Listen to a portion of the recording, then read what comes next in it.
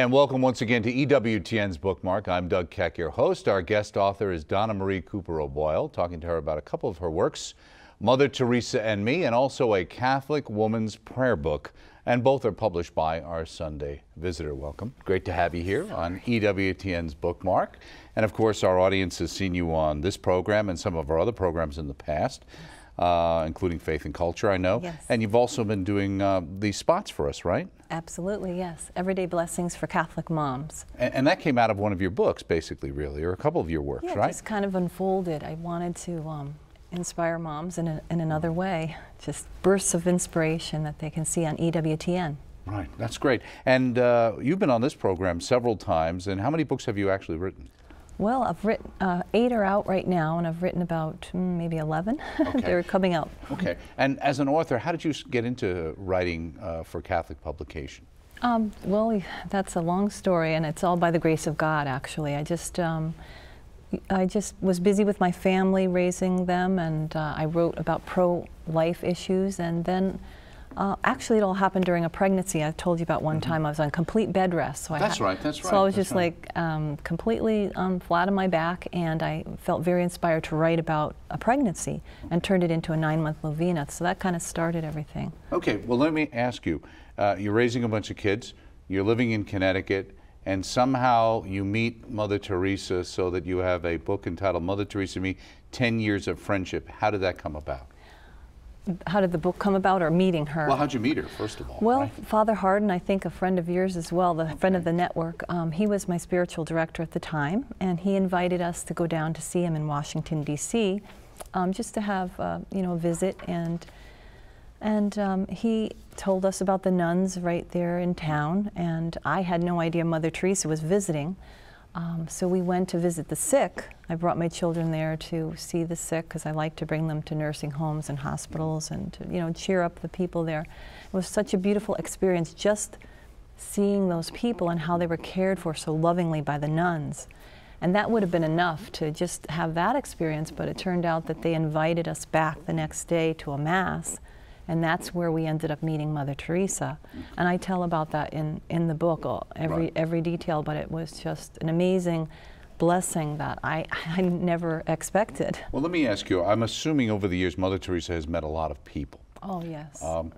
How did you end up having some sort of friendship with her over that period of time? Like I said, that's really all the grace of God, because after that first meeting, I had no idea that we would ever meet again, and we got together about 12 more times, and she ended up writing me 22 letters over that period of time. When you say you got together, were those set-up meetings, or that you would be at places that she would be at, or vice versa?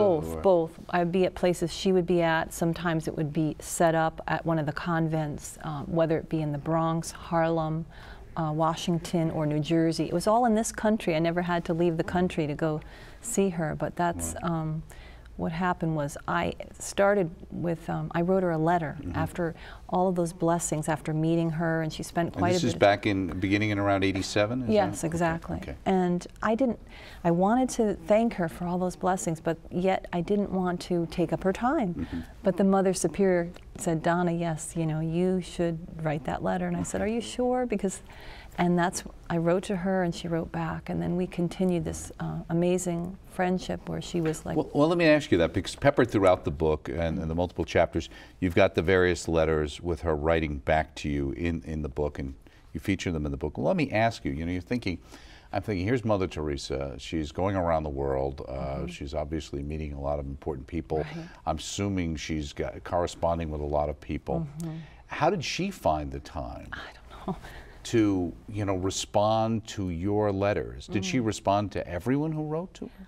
I really don't know, but I heard that she didn't. In the night, she would do all her duties with the poor and the sisters, and she'd be up at night typing on an old... So she would actually type herself? On an old typewriter, because the little letters were a little askew. And you have those original letters? Yeah, oh yes. Okay, yes, and I have them all, you know, preserved. And those are the ones that are in the book? Yes, I have scans of the letters in the book, yes. And some of the letters, not all of them, just because when you first got the first letter, were you thinking, did she really send this to me? Well, did she really sign this? Did she really write it? Well, the first one that came in the mailbox, I remember I just couldn't even believe it, and I pulled it out and I saw that address on the corner, And I remember the next one, I put my hand over my heart, and I was like, and my children thought something happened to me, and I just was so overwhelmed with the fact that she would continue to write to me about very profound things. Excuse me. Well, let me ask you, because you had alluded to it earlier when I asked you the question about meeting Mother Teresa. What was it then that prompted this book? Okay, well, I kept those blessings kind of quiet for many years because I was busy raising my kids, and I had that beautiful friendship, but I didn't want to exactly go around saying, you know, hey, I know Mother Teresa. Good Catholic humility, right? Exactly. So, and I didn't feel it was time to really do much with it except just pray for her. She prayed for me, and I raised my children knowing that she, you know, what she did for the poor. But then there came a time when my first book came out for mothers. Then the story came out because people wanted to know, you know, what was behind it and how that unfolded and how I began writing about this. So I think that's when it all started to come out, when I felt like I needed to share those blessings with the world, really. Now you said, I believe in the beginning, in the introduction, that the idea of this as being a daunting task for you to put this down. Why was it so daunting? Well, because, like I said, it's kind of difficult to express it, for one thing, standing near and being near a living saint, someone I consider to be a living saint. How do I put that into words to help the reader understand what that was really like, and how do I help the reader to see I'm trying to pass those blessings on to you? I'm not saying, oh, I had this privileged blessing and look at me. It's all because I feel God allowed me to have that so that I can, you know, spread it and keep her legacy going and that kind of thing. Now, obviously, there's a myriad of books written about Mother Teresa over the years. What would make this book different or special for someone thinking of picking up a book on Mother Teresa? I'm not quite sure. I just did my best to express what I learned from her, you know, lessons of love and what she taught me. And so I just feel that I want to share that with everyone else. And people have been telling me they just feel so much peace when they read it, or they'll cry because they feel God is really touching their heart in a special way. Yeah, you mentioned that in the book about giving a talk and saying about I had witnessed the tears at my first talk. At a second talk, I became very aware of God working in this way at all my talks and book signings. So are you surprised then when that happens? And what did that teach you then? Well, the first time was a little frightening because when I saw this woman in the audience and she was really sobbing, and I thought, oh boy, and then I just felt so much peace knowing that, don't worry, you know, I'm working on her heart, just continue. And then in every single talk that happened, and I just feel it was God speaking to these women, and especially when I spoke about Pope John Paul II's profound words to women and their dignity, which we'll probably talk about later, but you know, and that really touches women, and they, you know, feel so blessed and at peace. So is there a special aspect of this that appeals, would you say, to women and mothers then, this particular book? I think so, because Mother Teresa was a mother to all, you know, and even though she wasn't a biological mother, she mothered us all, and we could learn so much from her mothering and how she took care of each person that came to her and treated each person as Jesus, because she believed that person was Jesus. Right. Now, you have a quote in here that Calcutta is all over the world for those who have eyes to see. What do you think Mother Teresa meant by that, and what did it mean to you? Because her Calcutta was in Calcutta, India, and she wants us to know that our Calcutta is right here, even at EWTN, or even in Connecticut where I live. Wherever you are, wherever the people in your midst, they might look all put together, but inside they might be craving and starving for love, and we could be that instrument from God to just, you know, smile or bring them some comfort, or, you know, that kind of thing. So, right, because that's not a physical situation, it's a spiritual hunger. Right, as she always well, talked about it's not just hunger for a piece of bread, but hunger for love, and that she felt that in our country we have such a problem with people who are starving for love. Yeah, more so than the people she takes care of. Right. Of all the things she said in letters to you, or in any personal conversation with you, what was the most profound thing she said that had an impact on your life? I think one of what we just discussed is that Calcutta is all over the world for those who have eyes to see. She always asked me to pray for her and the poor. And she always spoke about the poor having so much to offer us. You know, we may think we're helping them, but they're really helping us too. Now I notice in the beginning of the book here, you've got a foreword that's written by Teresa from the Catholic Connection, one of our hosts here on EWTN and also on EWTN Radio for years now. What's your connection with Teresa? Well, I met her through just being Catholic writers, and then she has me on her show on Catholic Connection. I have a little mom's corner, and we ended up going to the Vatican together to an international congress talking about Mulieris Dignitatem, on the dignity and vocation of women. So we got to know each other there, and actually she calls me Ethel, I call her Lucy. So we have a fun friendship, but so all by the grace of God, you know, He brought us together. Okay. Now, you say, while this book focuses on the life and spirit of Blessed Teresa of Calcutta, it also speaks of other saints in our midst, inspiring people I've met along the way throughout my spiritual journey.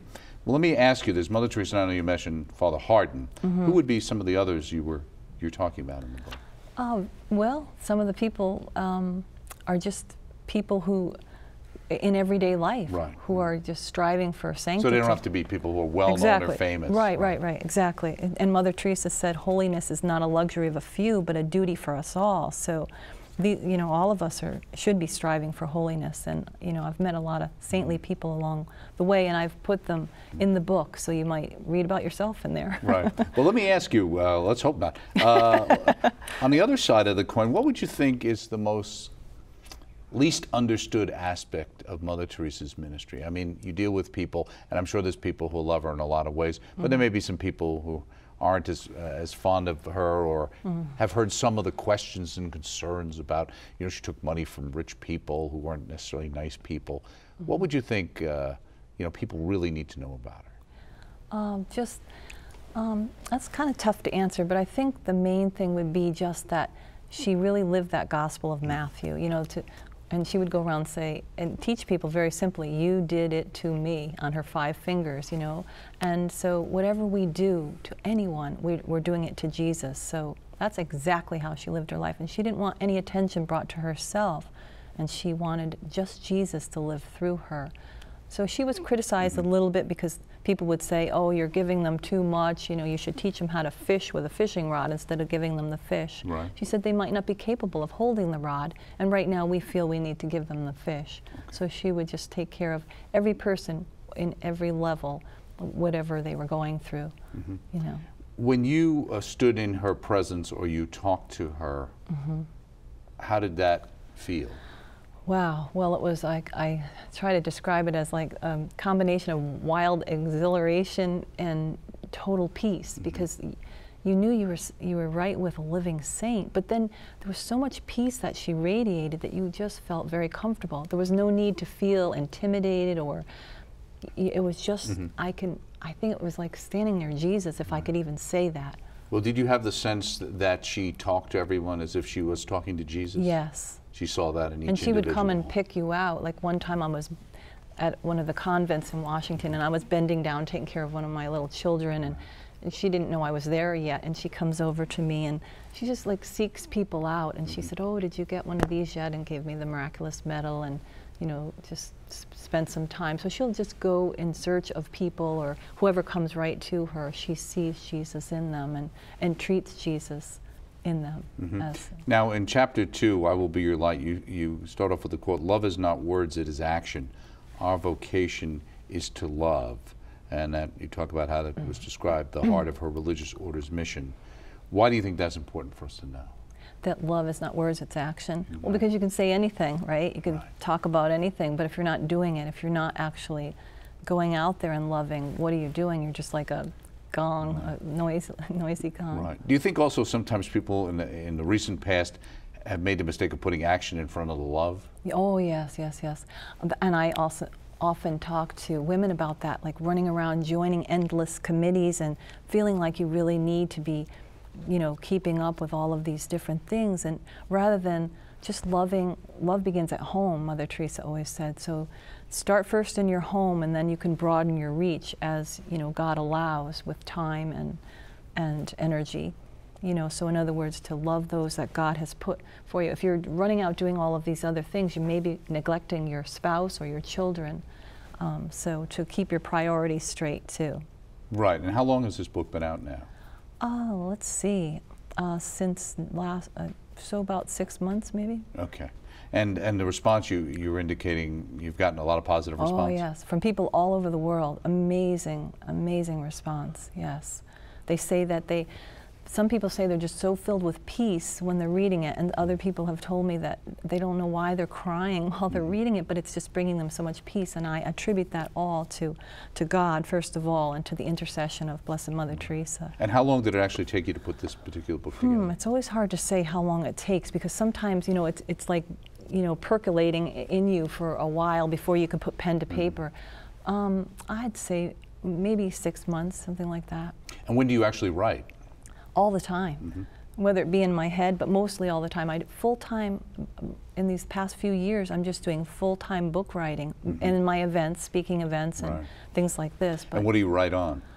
What These subjects? Computer? Well, you were using it as if you were writing by longhand. Well, when I was on complete bed rest, it was all longhand. Yeah, I use my computer or my laptop, or I do longhand if I want to go into my outdoor office and sit outside and get some vitamin D from the sun. Okay. You know, get some fresh air and pray and take a walk. I'll go down the road and pray the rosary, and I'll be feeling inspired as to what I'm supposed to do next. Go right back to the computer and type away.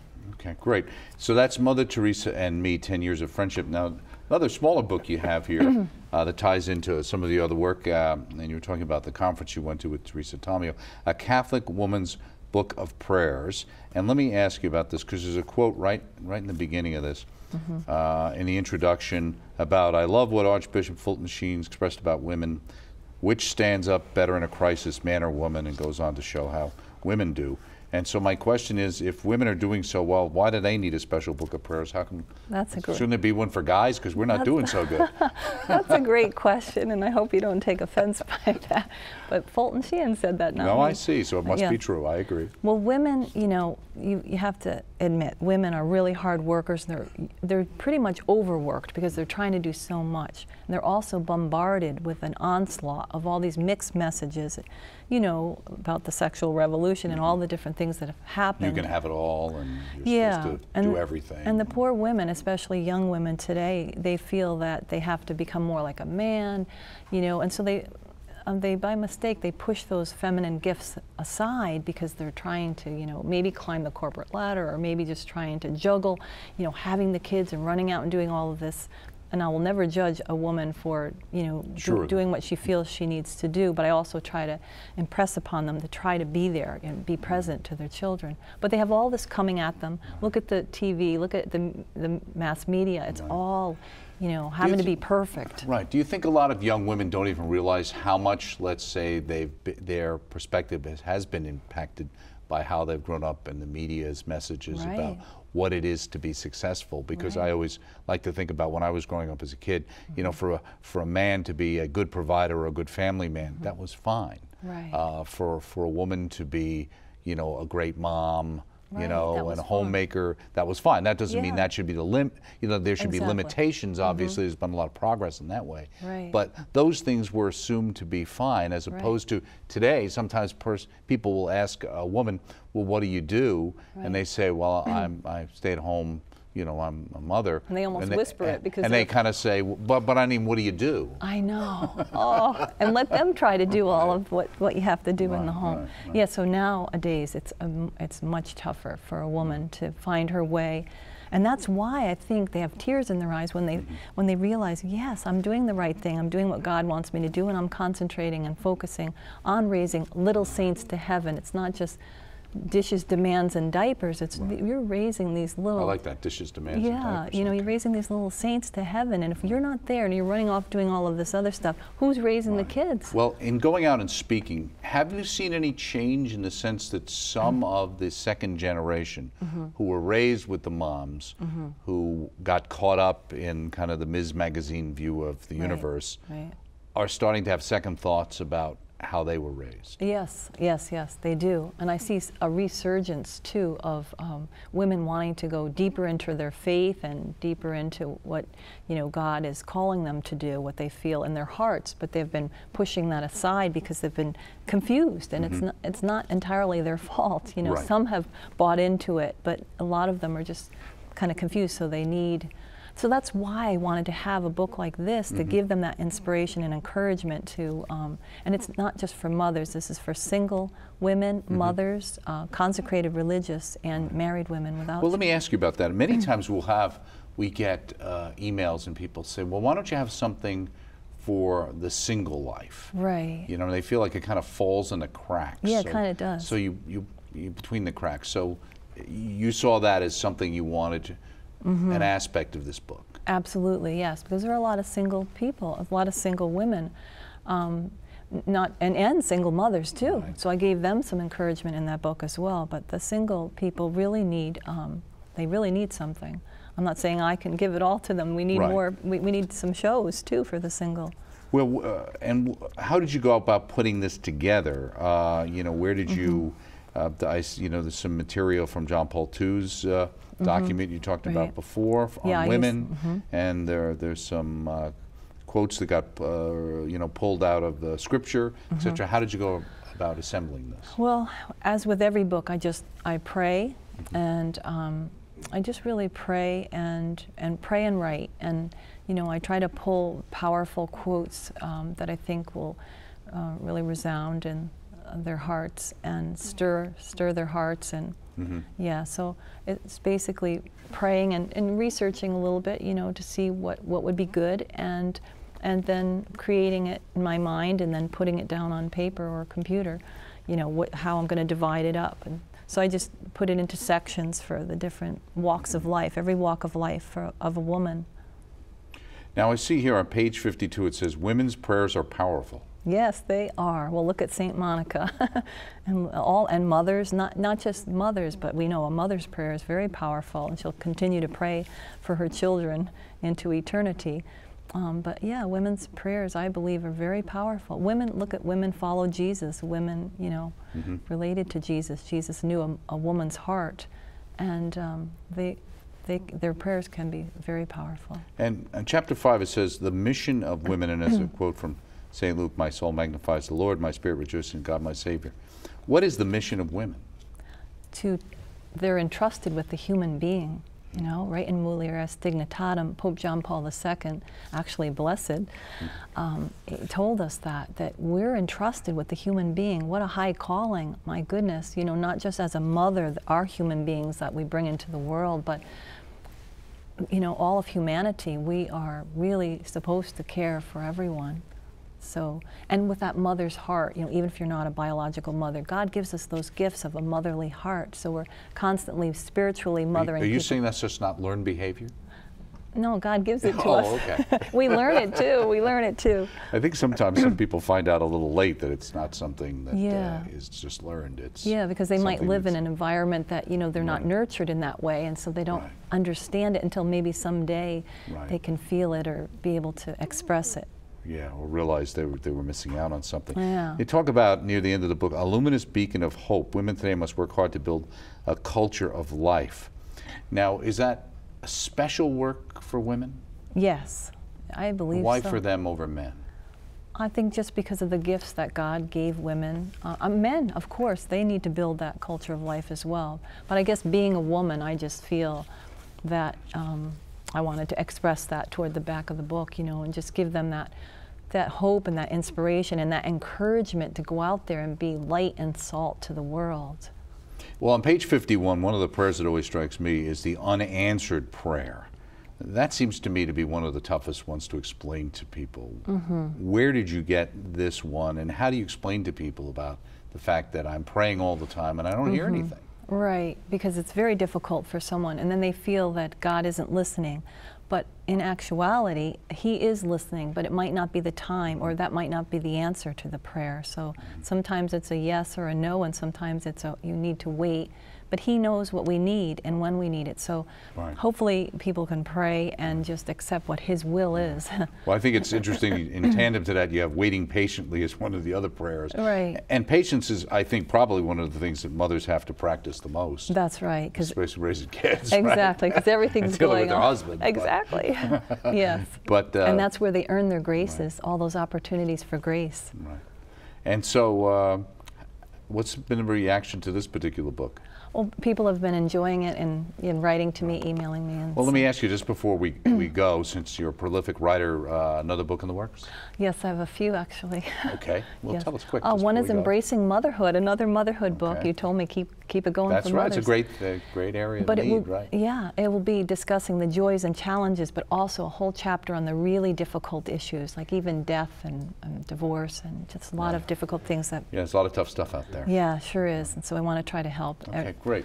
Thank you so much, Donna-Marie. Thank you, It's great to have you back here. Much. And people will see you right here on EWTN, speaking with the author, Donna-Marie Cooper O'Boyle. Two of her books, Mother Teresa and Me, 10 Years of Friendship, and a Catholic Woman's Book of Prayers, both available through the EWTN Religious Catalog, published by our Sunday Visitor. Join us next time right here on EWTN's Bookmark.